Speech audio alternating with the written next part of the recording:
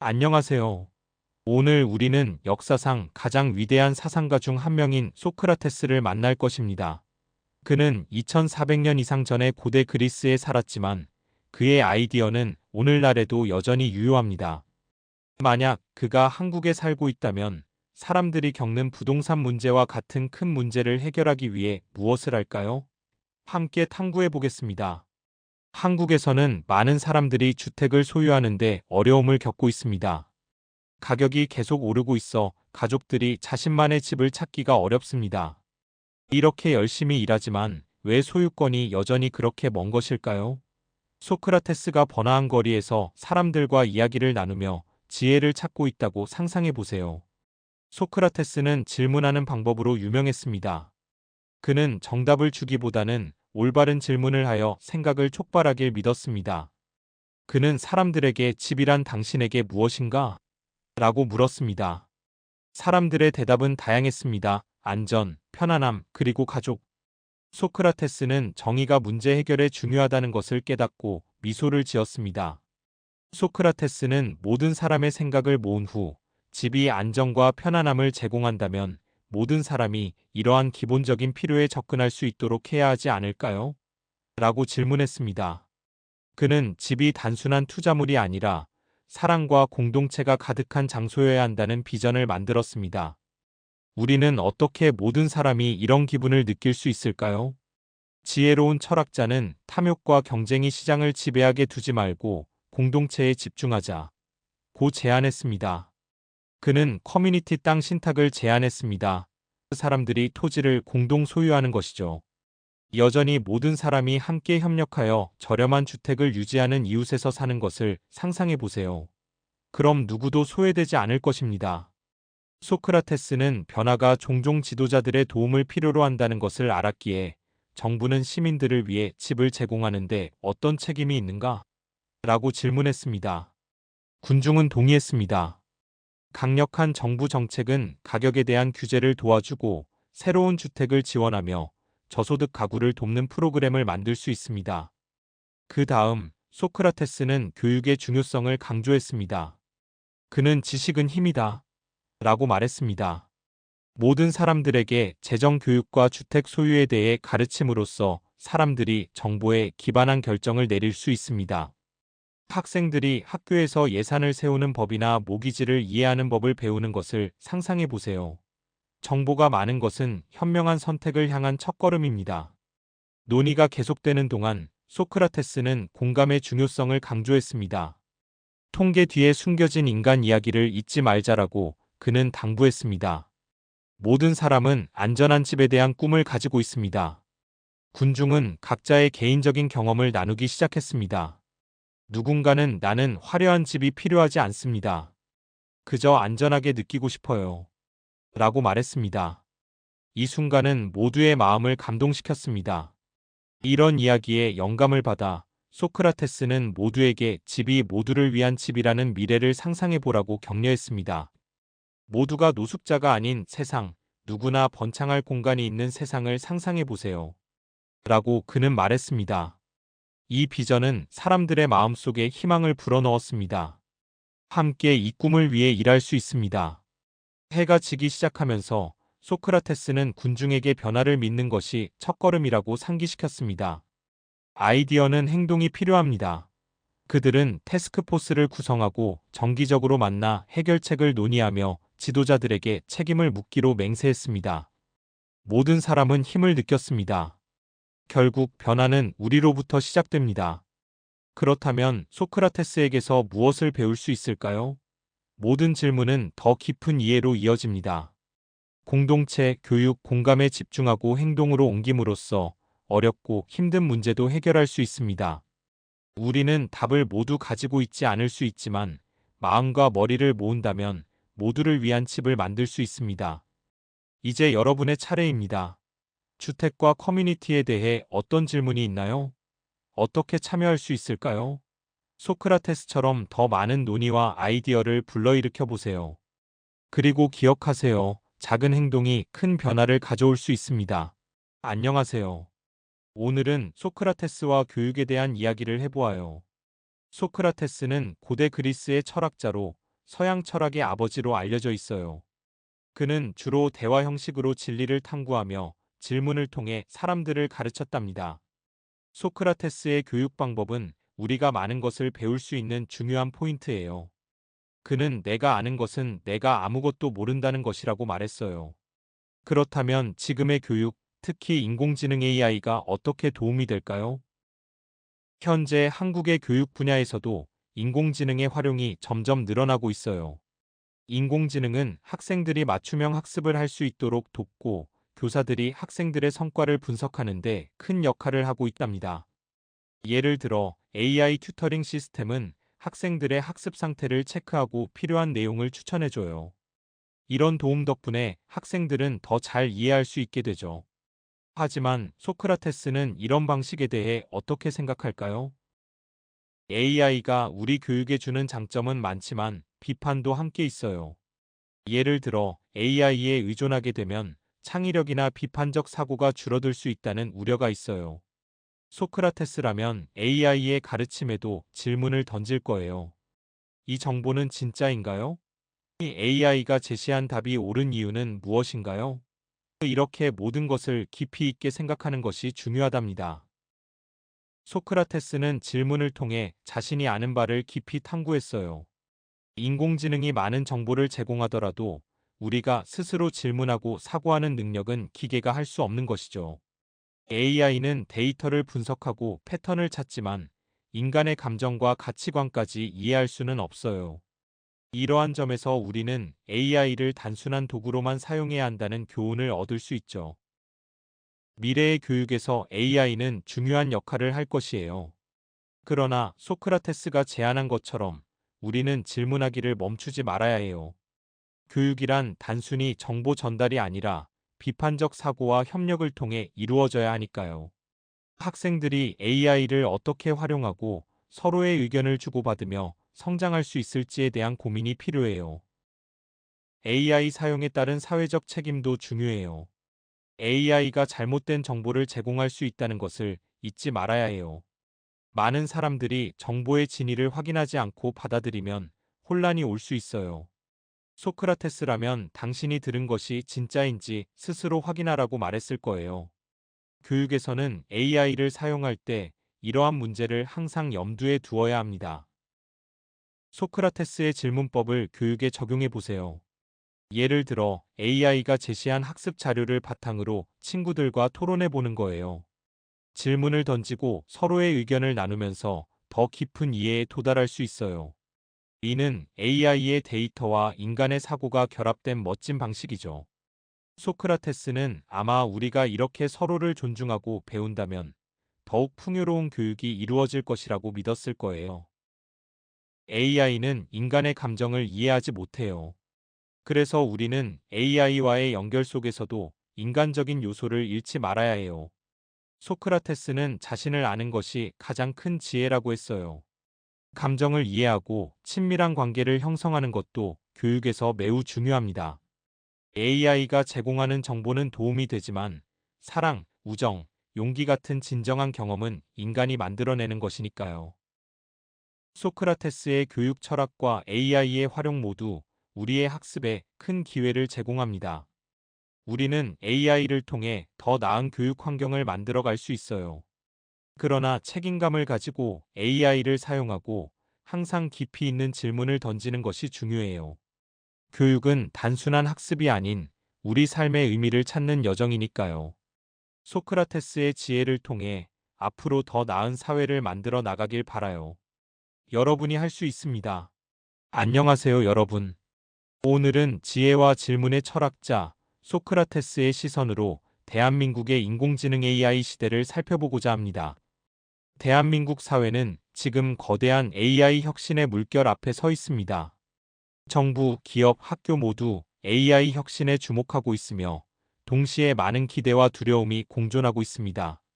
소크라테스라면 이러한 변화를 어떻게 바라볼까요? 그의 질문과 지혜는 지금 우리에게 더없이 유효합니다.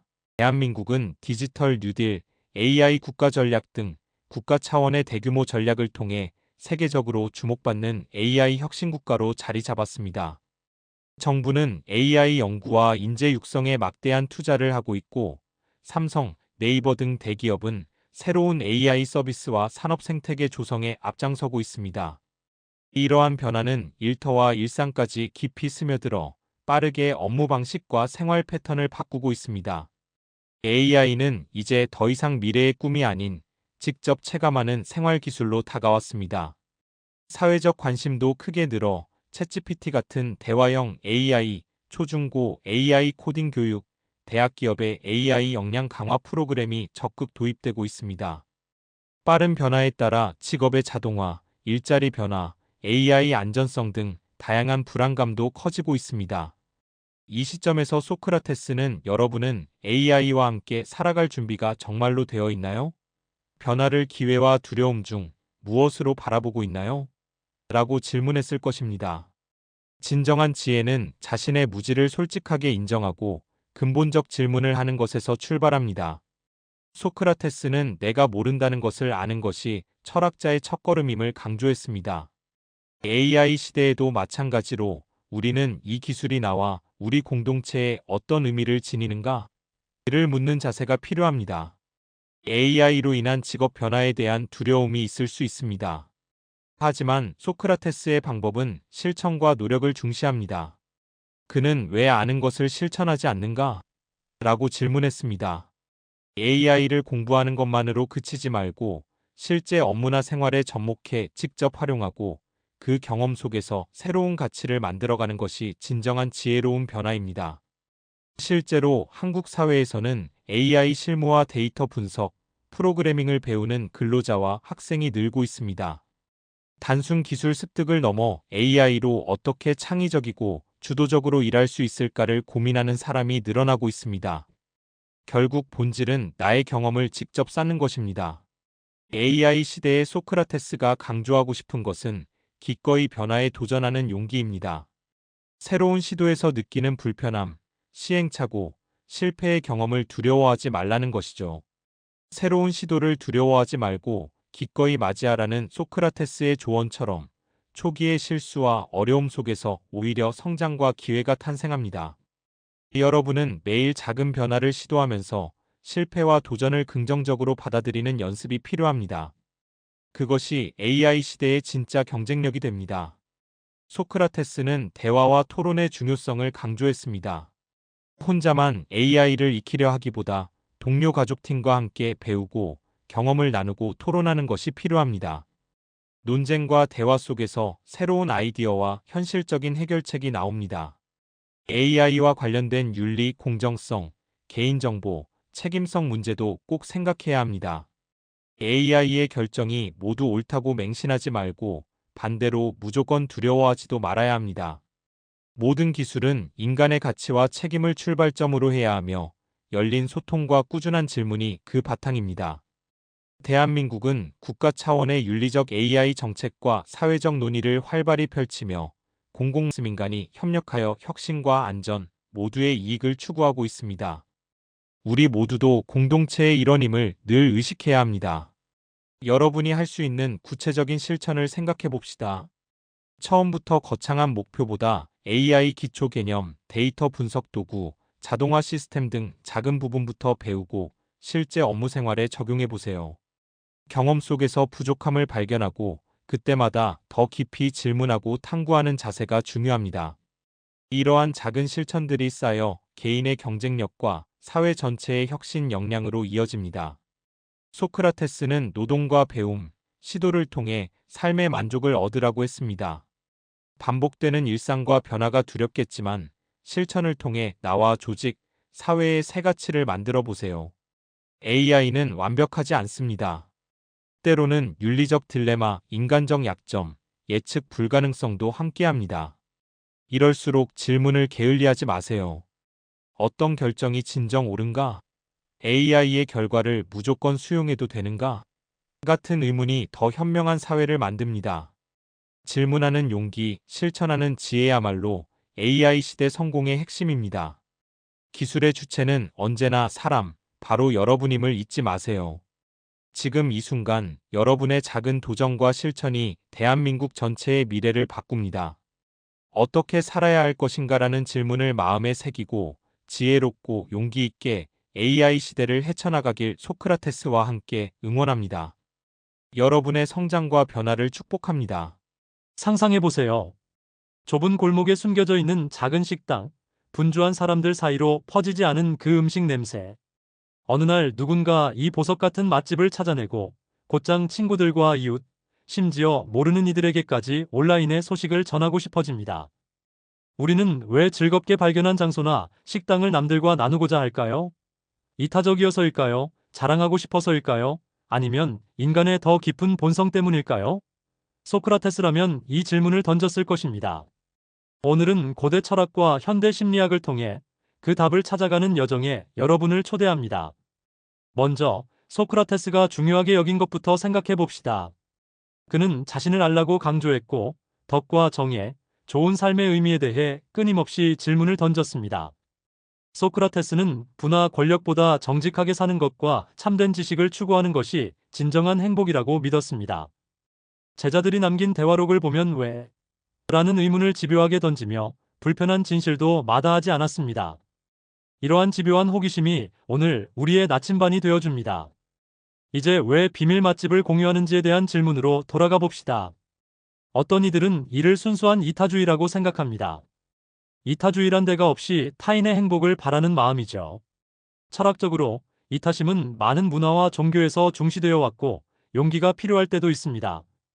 하지만 진정한 이타심이라고 단정해도 될까요? 일부 과학자들은 타인을 돕거나 무언가를 나눌 때 자신도 내면적 행복을 얻는다고 설명합니다. 결국 우리가 특별한 식당을 공유하는 것도 자신이 기분 좋아지기 때문일까요? 아니면 정말로 친절함에서 비롯된 걸까요? 소크라테스는 행동의 동기가 이성적이고 덕에 기반해야 하며 칭찬이나 감정, 욕망이 아니라 내적인 확신에서 와야 한다고 강조했습니다. 누군가가 착한 행동을 하면서 칭찬만을 바란다면 소크라테스는 진짜 덕은 내면의 깊은 이해에서 비롯된다고 비판했을 겁니다. 맛집을 공유하는 순간에도 자신의 동기를 꼼꼼히 들여다보고 선한 의도와 단순한 인정받고 싶은 욕구를 구분하는 것이 현명함의 시작이겠죠. 이번에는 허영심에 대해 생각해 봅시다. 철학에서는 허영심을 과도한 자부심이나 자기애, 즉 타인의 인정이나 칭찬을 받고 싶어하는 마음으로 해석합니다. 역사적으로 허영심은 공허하거나 심지어 도덕적 타락을 상징했고 명화 속 허영의 인물은 거울을 들여다보며 외부 세계를 잊곤 했죠. SNS에 멋진 음식 사진을 올릴 때 정말 타인의 행복이 중요한가요? 아니면 나 자신이 멋져 보이고 싶은 걸까요? 모든 공유가 허영은 아닙니다. 소크라테스는 맥락을 따져보라고 제안할 것입니다. 타인을 위한 나눔인가? 자기 이익을 위한 행위인가? 집단과 협력이 중요한 사회에서는 음식이나 지식, 경험을 나누는 것이 신뢰와 공동체 의식을 만듭니다. 인류학, 심리학 연구에 따르면 위험이나 식량 정보를 공유하는 집단이 더 성공적이고 조화롭다고 합니다. 즉, 우리가 맛집 정보를 알리는 행동도 고대 생존 방식의 흔적일 수 있습니다. 현대의 효과적 이타주의처럼 이성적이며 최대 이익을 추구하는 방식으로 맛집 홍보가 누군가에게 큰 도움이 된다면 그것은 스마트하면서도 착한 행동으로 볼 수 있습니다. 소크라테스라면 이런 진지한 동기와 따뜻한 마음의 조화를 칭찬했을 것입니다. 한편 소셜미디어의 좋아요나 댓글이 뇌의 보상 시스템을 자극한다는 연구도 있습니다. 결국 우리가 정보를 나눌 때 인정받는 쾌감을 느끼는 것은 당연하며 중요한 것은 그 감정을 의식적으로 바라보며 선택하는 지혜입니다. 문화에 따라 공유의 의미는 다릅니다. 서양처럼 개인주의 사회에서는 자기만족이나 자아실현이, 동양의 집단주의 사회에서는 조화와 의무가 더 중요하게 여겨지죠.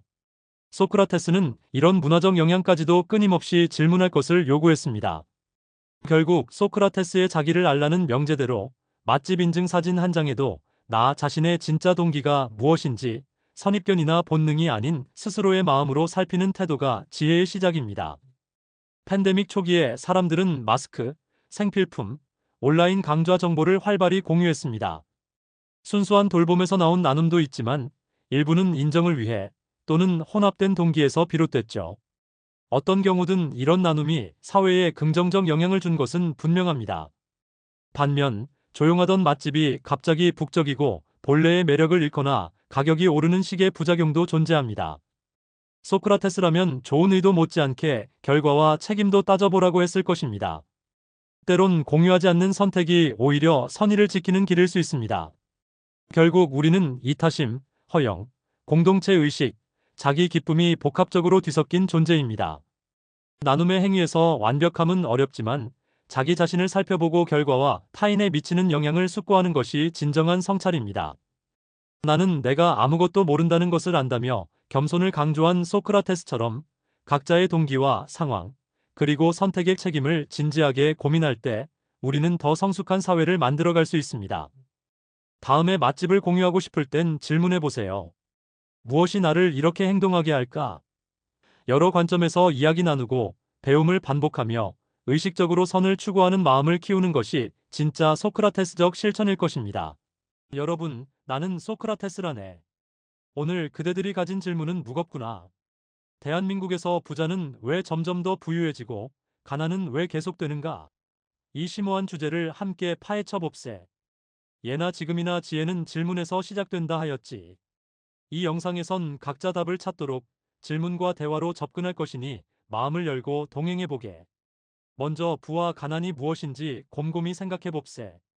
부란 단순히 많은 재산인가? 아니면 절제와 만족을 아는 마음인가? 가난은 돈이 없는 상태인가? 끝없는 욕망의 결과인가? 나는 가장 부유한 이는 가장 적게 필요로 하는 사람이라 했네. 대한민국에서 부와 가난의 본질은 무엇인지 다시 생각해 보세. 한국의 경제 구조는 매우 복잡하지.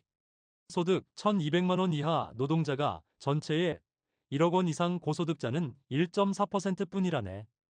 OECD 기준으로도 빈부격차가 심한 한국. 이 구조 안에선 가난에서 벗어나기 힘들고 부자들은 쉽게 부를 지키는 현실이 계속된다네. 부는 환경, 노력, 기회를 통해 축적된다지만 가난한 이는 같은 기회를 얻기 어렵지. 사회구조, 교육, 성장 환경이 큰 장벽으로 작용한다네. 인간은 태어난 환경에 영향을 받는다. 바로 이런 맥락이지. 오늘날 대한민국 청년들 대부분이 계층 이동이 어렵다고 답하는 것도 무리가 아니지. 예전엔 교육이 양극화 해소의 열쇠였으나 이제는 최상위권 대학이나 특수 환경이 아니라면 계층 상승의 사다리가 끊긴 듯하네. 이는 곧 기회의 불평등으로 이어지고 있지. 그대는 대한민국에서 평등한 출발선을 느끼는가? 대다수는 아니라고 답할 게다. 경제 불평등은 정치적 구조와도 깊이 연관돼 있네. 권력이 소수에 집중되어 온 역사, 그리고 정부 정책에 대한 대중의 불신. 현실 변화는 쉽지 않지. 정의로운 사회는 부의 분배가 공정하다. 현실은 또 어떤가? 한국은 빠른 경제 성장을 이뤘지만 그 과실은 소수 대기업에 집중됐지. 상위 5개 재벌이 GDP의 절반 이상을 차지한다네. 중소기업, 자영업자, 평범한 가정엔 성장의 열매가 적게 돌아가는 현실, 부자가 되기 힘든 구조의 배경이기도 하네. 2020년 코로나19는 전 세계를 멈췄지. 한국에서도 가난한 이들의 처지는 더욱 악화, 빈부격차는 더 벌어졌네. 위기는 항상 약자를 더 괴롭게 한다네. 진정한 사회는 가장 약한 자를 바라본다고 누누이 말해왔지. 이것을 늘 마음에 새겨야 하네. 빈부격차는 청년들에게 깊은 절망을 준다네. 부모 세대가 누린 기회는 줄고 가난하게 태어나면 부자가 되기 어렵다는 인식이 팽배해졌지. 이로 인해 사행심, 암호화폐, 불법 도박 등 위험한 선택으로 내몰리기도 한다네. 절망은 사람을 바꾼다네. 청년이 희망을 가질 수 있는 사회인가? 부자는 재산을 자녀나 특정 집단에 물려주고 부의 대물림은 점점 강화된다네. 정당한 경쟁이 사라지며 사회적 연대 역시 약화되는 중이지. 공동체는 협력과 나눔에서 힘을 얻는다는 내 옛말이 무색할 정도라네. 경쟁과 불평등이 커지는 이 세상을 그대는 어떻게 보는가? 법과 각종 복지 정책도 빈부격차 해소엔 부족하다네. 실제로 체감되는 변화는 크지 않고 때로는 오히려 차이를 더 굳히기도 하지. 법은 정의의 도구여야 한다는 이상과 달리 현실은 공정과 거리가 있을 때가 많지. 부의 집중은 계속될 수밖에 없네. 내가 살던 고대 아테네에서는 재산보단 덕, 즉 올바른 삶이 중요했네. 소유가 많아도 행복하지 않다는 내 소신처럼 부의 본질은 만족과 자족에서 시작한다네. 현대 한국에서도 정말 중요한 건 돈이 아니라 삶의 태도, 이웃과의 존중, 내면의 풍요가 아닐까. 인간은 본래 욕망을 품고 살아가지. 그러나 욕망이 지나치면 부자도 만족을 알지 못하고 가난한 이는 늘 결핍을 느끼네. 절제와 이성이야말로 우리를 부와 가난의 굴레에서 자유롭게 할 열쇠라네. 내 삶은 어디를 향해 가고 있는가? 진정 원하는 것은 무엇인가? 스스로 끊임없이 묻고 답을 찾아가길 바라네. 현실이 아무리 어렵다 해도 포기해선 안 되네.